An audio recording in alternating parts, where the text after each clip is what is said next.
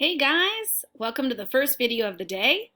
Irby, right over here on my left, and Goose, sitting behind me, are ready to explain to you how to complete the paper called Find the Main Idea, which has to do with either book that you read and you studied, either National Geographic Dinosaurs or Fly Guy Presents Dinosaurs. This works for either. So in order to show kind of like how to do it without doing it for you, what I've done is I've taken my own book. This one's called Dynamite Records, and I'm going to show you how Mrs. Smith is going to figure this out. Now, this book is super similar to the books that we also read. So what you need to do probably is pause the video after I do each step so that you can figure out how to do the step using your book. Okay, so first step is the hardest one. Please write down your name. There we go. Okay, so the next part, please write down the book title. Remember, the book title is the name of the book. My book title is Dynamite Records. Usually the author is located either directly below the title. Sometimes the author is located at the very bottom of the book. And mine is located at the bottom of the book. Her name is Kathy Fring. All right, so you'll notice that Mrs. Smith is going in color order. If you want to color order yours, you certainly can. What I wanted to do that for was, especially rainbow order, is because I'm going to change up when I do things, and hopefully the colors help you to remind yourself of that. So first thing you have to do is you have to read your book. So I read mine and I realized that I could certainly do the entire book just like it suggests here, but I also could do an entire section or chapter. The pages don't have enough information in my mind, so I'm going to start with either a section or a chapter or a whole book. So you need to kind of decide where you want to go. I really enjoyed one particular section or chapter, and I'm going to show you that section now. It's called Science in Action, and it contained quite a few different pieces of information. So science in action, biggest displays, and amazing discoveries. And I said, you know, I could really find out what the main idea is of this chapter, and I can do that with lots of information so I can back up my, my ideas. So what I'm going to do now is, just for fun, I'm going to add, oh, here we go. We'll use this guy. All right, so I'm not going to do the whole book. I'm just going to do a section or a chapter. And so there you go. There's my X, and we'll make it green. So you can do an X, you can do a check mark, whatever you want to do. Now, if you're looking and you're following along at home, which you are because we're on the video together, you'll notice that I did not do blue here. Even though they wanted us to do, they put this right below our choice. Instead, I'm going to show you a little trick that Mrs. Smith does. Sometimes I have a hard time figuring out what the main idea is of a book or a section. That means I struggle with, well, is it about this, or is it about this, or is it about this? So sometimes what I'll do is I'll have a running idea, and then I'll go through the book and I'll say, first, let me find 3 facts that relate to that idea, and then I can put that idea to work. Or I'll take 3 facts from that section, or even from the whole book, and I'll say, okay, this is all about, you know, let's say this one's about Dynamite Records, but the particular section I took is not about records necessarily. This one's about the paleontologist. So I said, okay, so I should probably find some 3 facts about the paleontologist. So I did, and I found, first of all, over here, the definition of what a paleontologist is. So I'm going to write down the fact that I learned from the book, and then you should pause me so that you can find your own fact and write it down.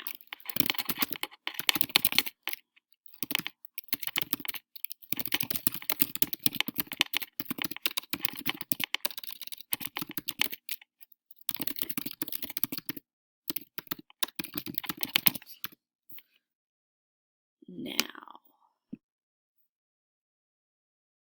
you'll notice that Mrs. Smith is typing things in. If you would rather type, you certainly can. You can make it on the computer and make it happen. There we go. That's a little better. Whatever is really easiest for you is okay for me. So if typing works better, that's fine. I'm okay either way. To be honest, what Mrs. Smith did was I am typing now with you, and it's kind of like I'm shoring my ideas up. But the first thing I did was I wrote down all my ideas just like you would. So I actually completed this assignment too to make sure that I was giving you instructions that would kind of make sense. Okay, so then fact number 2 came from another page.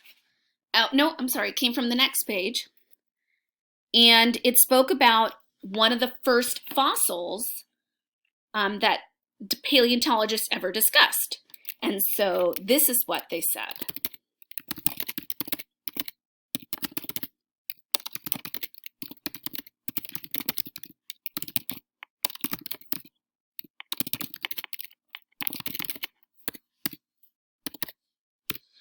The first time a scientist wrote about a dinosaur fossil was in 1824. So we're speaking about paleontologists. We defined what a paleontologist is. It's a scientist who find and study dinosaur fossils. And now I'm giving you another fact about paleontologists, and it says when the first time they actually started writing about them and discussing them and communicating about what they're finding. Now, is there a chance that people were actually finding dinosaur fossils before this? Absolutely. People have always kind of dug and explored, but I'm not sure they knew what they were really looking at. They might have thought to themselves, boy, this is some kind of animal bone, but I can't fathom what kind of animal it came from.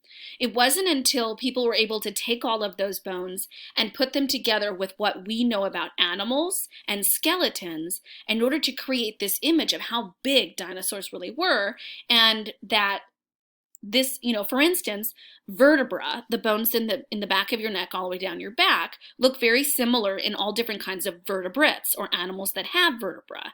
And so these scientists said, okay, well, this looks like a vertebra. If I put them all together, all of a sudden we're looking at those long-necked dinosaurs with hundreds and hundreds of vertebrae. All right, so my third fact came from here. I actually skipped a page and I went to where they spoke about amazing discoveries. So if you're curious about my book and you actually want to read it, then you might want to pause me now so that you can see it. Okay, and the fact that I chose says this. It's actually a question and an answer. The question is, when did the earliest dinosaurs live? And this is a great question to ask a paleontologist because they're the ones that study. And so this is what they told us in the book. Paleontologists do not know. I'm going to make my a little bigger so we can see. Do not know because not all fossils have been found. The oldest dinosaur fossil found so far is 245 million years old. So that's that entire fact.